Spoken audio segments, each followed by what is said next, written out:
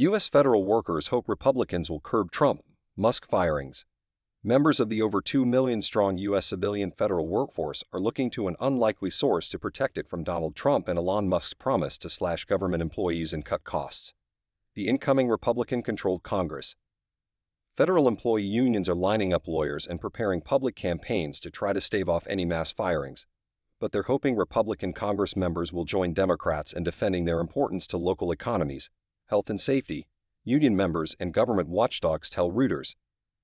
Trump has tasked Musk and former presidential candidate Vivek Ramaswamy to head a panel to streamline the U.S. government and is expected to revive a plan to convert some federal employees to Schedule F status, which strips them of job protections. Musk has said he could cut $2 trillion in spending, more than the annual discretionary budget. Ramaswamy recently proposed cutting 50% of the workforce by firing everyone whose Social Security number ends in an odd number. Because the U.S. Congress sets federal spending levels, Republicans may balk at any erosion of their power, unions say. Trump, Musk, and Ramaswamy are going to come up against congressional mandates and come up against the Constitution, and it's going to set off this debate. Who has the right to spend money on behalf of the American people? Predicted Steve Lenkart, the executive director of the National Federation of Federal Employees, which represents over 100,000 federal employees. The U.S. government is the country's largest employer.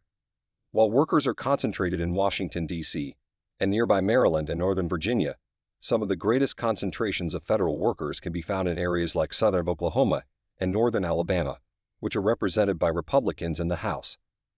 The biggest federal employees union, the American Federation of Government Employees, which represents 750,000 federal workers, is also looking to Congress, said Jacqueline Simon, the AFG's policy director. Trump may ask Congress to refuse to spend money on government agencies that it has already approved, a process known as impoundment, to drive out workers, Simon said. That's something that we'll certainly be looking to Congress for them to uphold their own interests in maintaining their ability to determine appropriations, Simon said. The American people re-elected President Trump by a resounding margin, giving him a mandate to implement the promises he made on the campaign trail. He will deliver, Caroline Leavitt, spokesperson for Trump's transition team, said.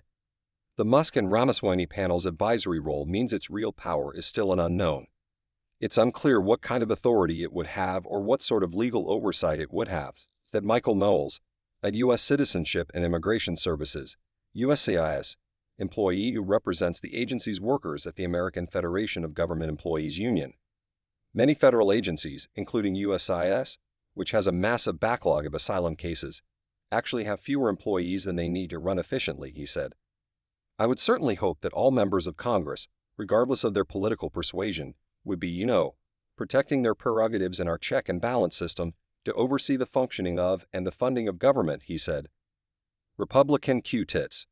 Republicans won some modest spending curbs in a 2023 showdown with U.S. President Joe Biden, but since then have shown little interest in scaling back the largest federal employers. The Republican-controlled House of Representatives this year voted to increase spending at the Department of Veterans Affairs, which employs 487,000 civilian workers, more than any other single agency.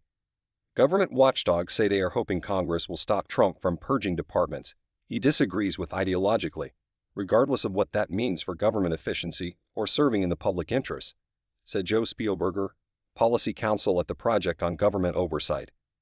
This is an issue where we can push Congress to fully exercise its oversight authority, he said. A rule that Biden introduced in April to bolster protections for government employees could slow down any plans to slash employees.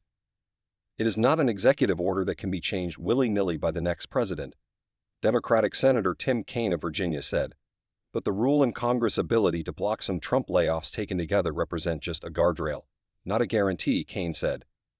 We are going to need not only Democrats but some Republicans battling against efforts to turn the federal civil service into a political loyalty spoils operation, said Kaine.